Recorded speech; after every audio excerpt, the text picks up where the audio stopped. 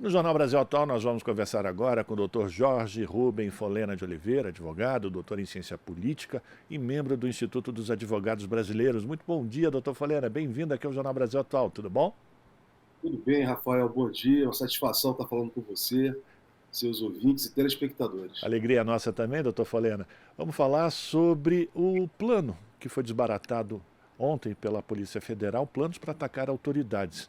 A Polícia Federal realizou ontem uma operação Sequaz com o objetivo de desarticular a organização criminosa que pretendia realizar ataques contra servidores públicos e autoridades, segundo a Polícia Federal. Entre as ações planejadas estavam crimes como homicídio, extorsão mediante sequestro e em ao menos 5 unidades federativas, em 5 estados: Rondônia, Paraná, Distrito Federal, Mato Grosso do Sul e São Paulo.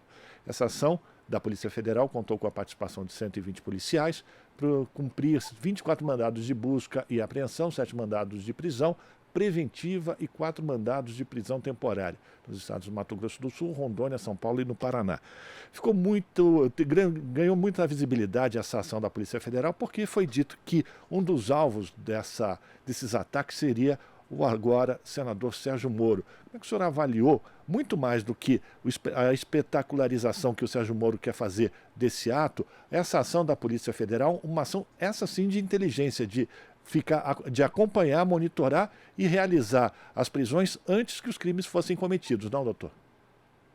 Ô, Rafael, parece que agora nós temos uma Polícia Federal, né, como ontem bem disse o diretor-geral da polícia, né, uma polícia com interesse estatal, né, não interesse para uma determinada família ou para um determinado grupo político. Né, é assim que tem que atuar a polícia, né, uma polícia numa sociedade, né, que tenha como base o princípio republicano. Né, e espero que essa polícia, né, agora, né, comandada pelo ministro Flávio Dino, né, e por todos os agentes da Polícia Federal, né, atue assim, intensificando cada vez mais a inteligência. Nos últimos anos, nós vimos a inteligência no Brasil ser empregada para perseguir pessoas, né, e favorecer determinados grupos políticos.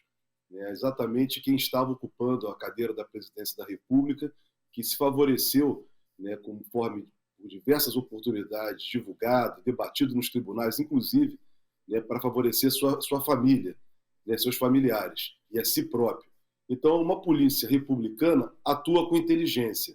Né? Atuando com inteligência, você não precisa dar um tiro, né? Tem uma ação de violência. E é isso que nós pedimos e temos ultimamente defendido no Brasil, né, que se use mais inteligência, né, em tudo nesse país.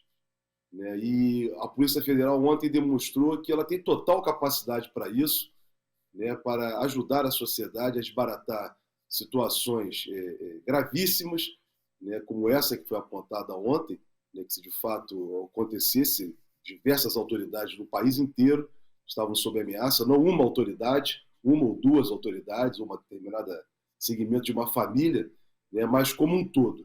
Né? E o importante também dizer, Rafael, para quem está nos ouvindo, né, que a ação da Polícia Federal, né, dentro desse princípio, diante de um novo governo democrático e popular, é exatamente no sentido de proteger a todos, até aqueles que possam fazer oposição, né, a quem está à frente do governo.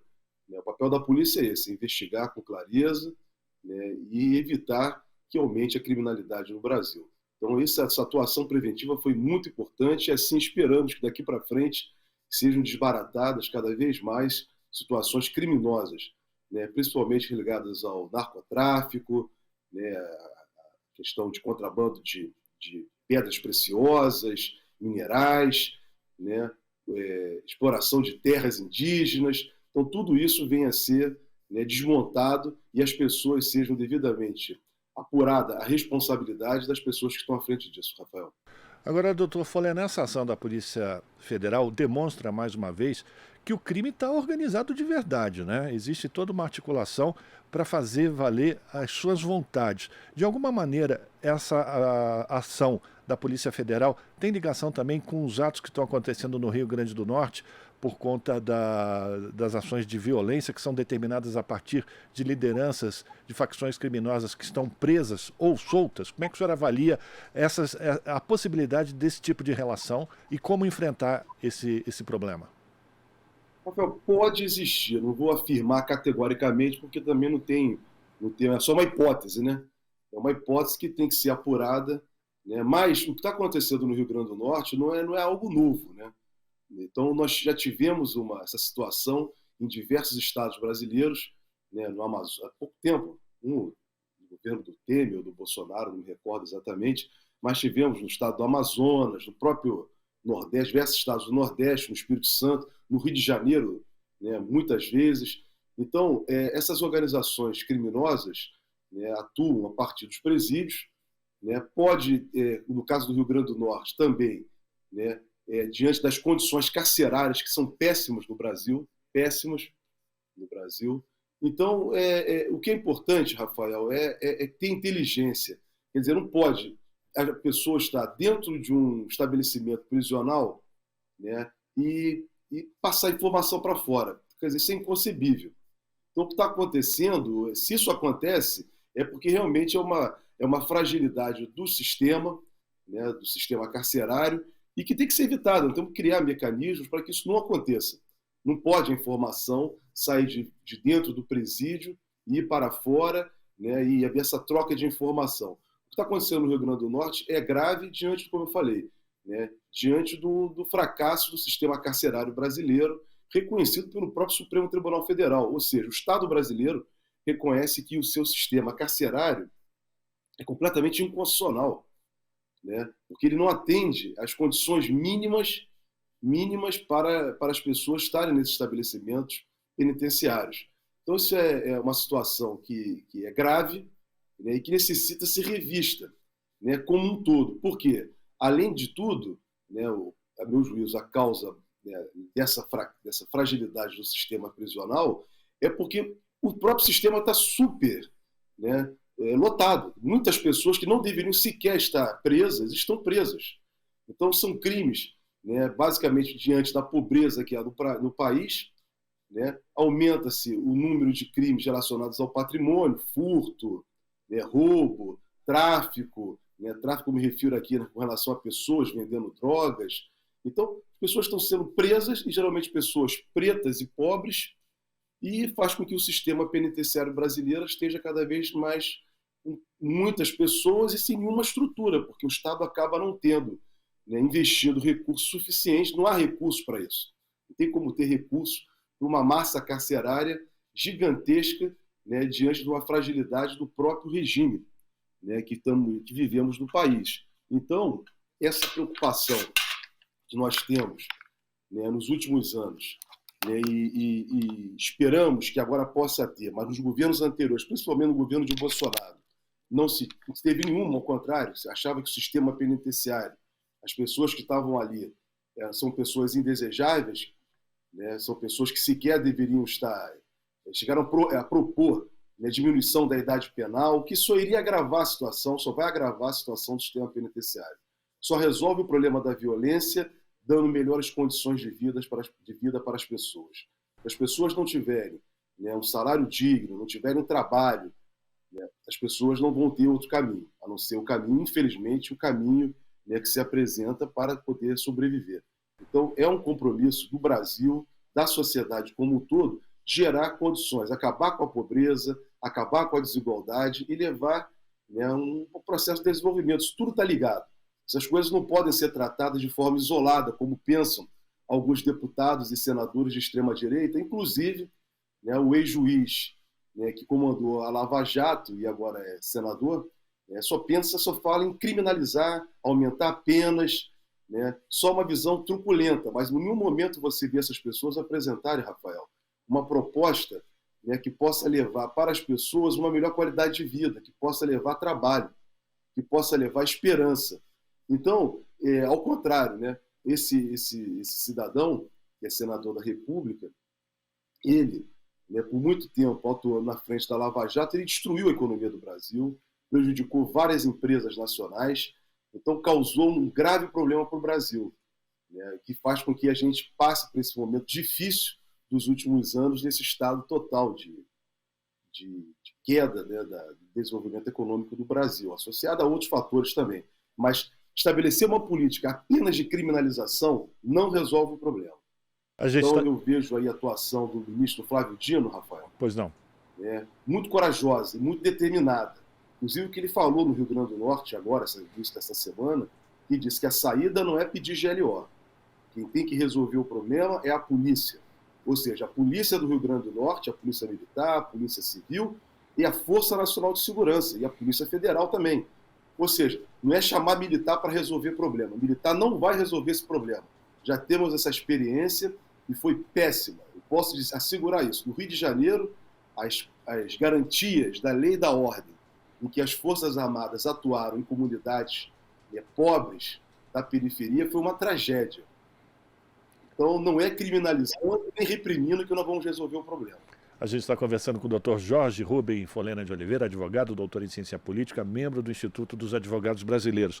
E o senhor tocou em um ponto que eu ia abordar, que é exatamente essa tentativa que a gente começa a perceber, principalmente nos grandes veículos de comunicação ligados, ou que durante muito tempo deram palco para esse ex-juiz que foi considerado incompetente pelo Supremo Tribunal Federal e agora é senador, de tentar oferecer pautas que são, como o senhor bem lembrou, de ultradireita, de punitivistas, sem pensar nas causas que levam a essa situação. E eu lembrei também sobre a situação dos presídios, daqueles que estão presos na Papuda, como eles estavam reclamando da situação que eles estavam sofrendo. E estavam tendo alimentação correta, tendo banho de sol, acesso a banheiros. Eles não estavam nem perto da situação em que a maioria das pessoas que estão encarceradas no país sofrem todos os dias, não? E aí eu queria a sua avaliação exatamente nesse sentido, a importância de transformar a Polícia Federal num quadro técnico e tratar a segurança pública não de uma forma política punitivista, mas sim de enfrentar a situação a partir das condições em que a população vive. A Polícia Federal é um quadro técnico. Lógico que os dois últimos governos anteriores ao atual governo do presidente Lula, principalmente o governo do Bolsonaro, ele tentou politizar da pior maneira possível a Polícia Federal. Não só a Polícia Federal, mas toda a estrutura do governo federal brasileiro, inclusive contando para isso com a participação de agentes militares. Então isso foi muito péssimo. Só você ver a questão da inteligência, o que ocorreu na ABIN, o que ocorreu no GSI. Então, esse comportamento de politizar, ele é muito ruim. Temos que ter uma polícia autônoma, temos que ter uma polícia com capacidade de investigação, temos que ter.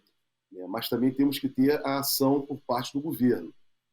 Quem recebeu o mandato para ser eleito também tem que ser respeitado. Você também não pode passar essa autonomia, não é uma autonomia... Não estou falando com relação à investigação, por isso tem que ser total e técnica, mas não transformar esses órgãos de polícia, de repressão, como o Ministério Público, até mesmo o Poder Judiciário, como você citou bem, e nós tivemos a péssima experiência no Brasil da Operação Lava Jato, e até mesmo do próprio Supremo Tribunal Federal, em alguns momentos, na época do Mensalão, em que intensificou uma perseguição a agentes políticos. Então, temos que saber ter muita cautela, sabendo separar uma coisa da outra. Como você coloca, que a polícia é um quadro técnico, é um quadro técnico e assim tem que ser. E são pessoas preparadas, pessoas que têm muita experiência e assim devem fazer na atuação do exercício da sua função, independentemente da opinião partidária, ideológica que a pessoa tem que ter. É no exercício da função, ela tem que cumprir a sua função. Outra coisa é a administração dessas entidades, a forma também elas se tornarem algo tão perigoso como ocorreu com a Operação Lava Jato, com a força-tarefa do Ministério Público. O que levou, inclusive, o presidente Lula, recentemente, numa entrevista, a dizer, olha, eu não vou, infelizmente, eu sempre segui a recomendação da Associação dos Procuradores, do Ministério Público, para a lista tríplice. Mas dessa vez eu não vou fazer, porque a força-tarefa da Lava Jato desmoralizou toda essa estrutura. Então, o governante passa a ficar, que recebeu o mandato da população, passa a ter essa preocupação que é muito válida também. Por isso que esse debate, Rafael, tem que ser travado no Brasil, com muita tranquilidade, sabendo separar as coisas. Volto a dizer, O que é técnico, o que é político. Então, não podemos ter essa preocupação, nem esse medo de debater isso. Cabe aos meios de comunicação social, como você bem lembrou, né, da chamada mídia tradicional, econômica, né, fazer a pauta dela dos interesses da classe dominante da qual ela defende.